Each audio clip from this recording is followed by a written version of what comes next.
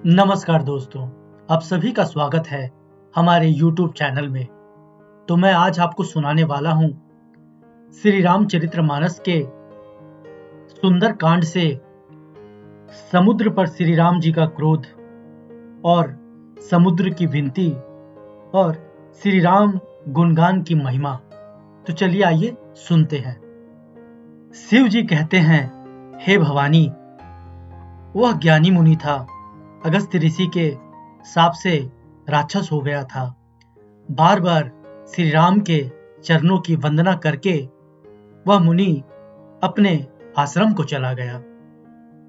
इधर 3 दिन बीत गए हैं, किंतु जड़ समुद्र विनय नहीं मानता।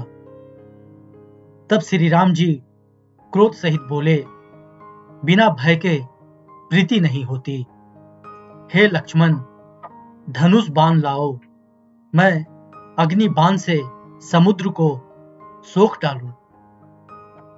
मूर्ख से विनय, कुटिल के साथ प्रीति, स्वाभाविक ही कंजूस से सुंदर नीति, उदारता का उपदेश, ममता में फंसे हुए मनुष्य से ज्ञानी की कथा, अत्यंत लोभी से वैराग्य का वर्णन, क्रोधी से साम शांति की बात और कामी से भगवान की कथा, इनका वैसा ही फल होता है जैसा ऊसर में बीज बोने से होता है, अर्थात ऊसर में बीज बोने की भांति यह सब व्यर्थ जाता है। ऐसा कहकर श्री रामचंद्र जी ने धनुष चढ़ाया। यह मत लक्ष्मण के मन को बहुत अच्छा लगा। प्रभु ने भयानक अग्निबाण संधान किया, जिससे समुद्र के हृदय में अंदर अग्नि ज्वाला उठी।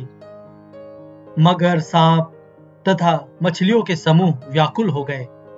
जब समुद्र ने जीवों को जलते जाना, तब सोने के थाल में अनेक मणियों रत्नों को भरकर अभिमान छोड़कर वह ब्राह्मण के रूप में आया। काकभुसुंडी जी कहते हैं, हे गरुड़ जी, सुनिए, चाहे कोई करोड़ों उपाय करके सींचे, पर केला तो काटने पर ही फलता है। नीच विनय से नहीं मानता, वह डांटने पर ही झुकता है, रास्ते पर आता है। समुद्र ने भयभीत होकर प्रभु के चरण पकड़कर कहा, हे नाथ, मेरे सब अवगुण दोष क्षमा कीजिए। हे नाथ, आकाश, वायु, अग्नि, जल और पृथ्वी, इन सब की करनी स्वभाव से जड़ है। आपकी प्रेरणा से माया ने इन्हें सृष्टि के लिए उत्पन्न किया है। सब ग्रंथों ने यही गाया है। जिसके लिए स्वामी की जैसी आज्ञा है, वह उसी प्रकार से रहने में सुख पाता है।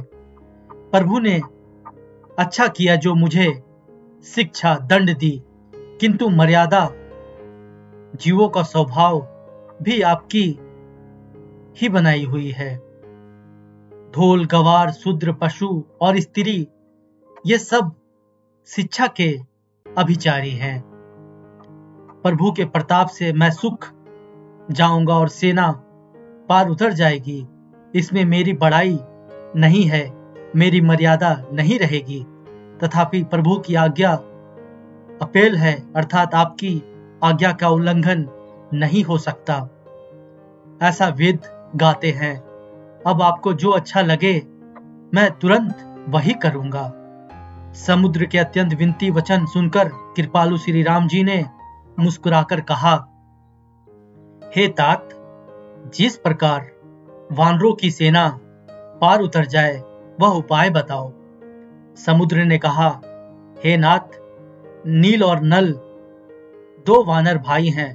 उन्होंने लड़कपन में ऋषि से आशीर्वाद पाया था। उसके स्पर्श कर लेने से ही भारी भारी पहाड़ भी आपके प्रताप से समुद्र पर तैर जाएंगे।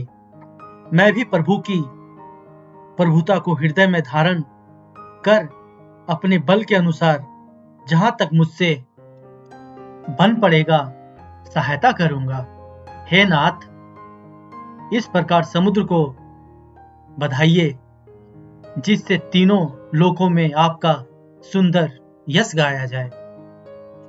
इस बाण से मेरे उत्तर तट पर रहने वाले पाप के राशि दुष्ट मनुष्यों का वध कीजिए। कृपालु और रणधीर श्री राम जी ने समुद्र के मन की पीड़ा सुनकर उसे तुरंत ही हर लिया, अर्थात बाणों से उन दुष्टों का वध कर दिया। श्री राम जी का भारी बल और पौरुष देखकर समुद्र हर्षित होकर सुखी हो गया। उसने उन दुष्टों का सारा चरित्र प्रभु को कह सुनाया। फिर चरणों की वंदना करके समुद्र चला गया। समुद्र अपने घर चला गया।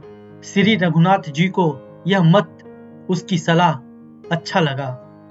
यह चरित्र कलयुग के पापों को हरने वाला है। इसे तुलसीदास जी ने अपनी बुद्धि के अनुसार गाया है। श्री रघुनाथ जी गुण समूह, सुख के धाम, संदेह का नाश करने वाले और विषाद का दमन करने वाले हैं। अरे मूर्ख मन, तू संसार का अब आशा भरोसा त्याग कर निरंतर इन्हें गा और सुन।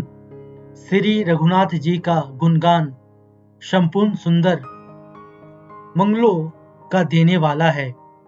जो इसे आदर सहित सुनेगा वे बिना किसी जहाज अन्य साधन के ही भवसागर को तर जाएगा। तो उम्मीद करता हूं कि ये वीडियो आपको अच्छा लगा होगा। अगर ये वीडियो आपको अच्छा लगा हो तो इस वीडियो को लाइक शेयर सब्सक्राइब जरूर कीजिएगा। तो मिलते हैं फिर एक नए संवाद के साथ। नमस्कार।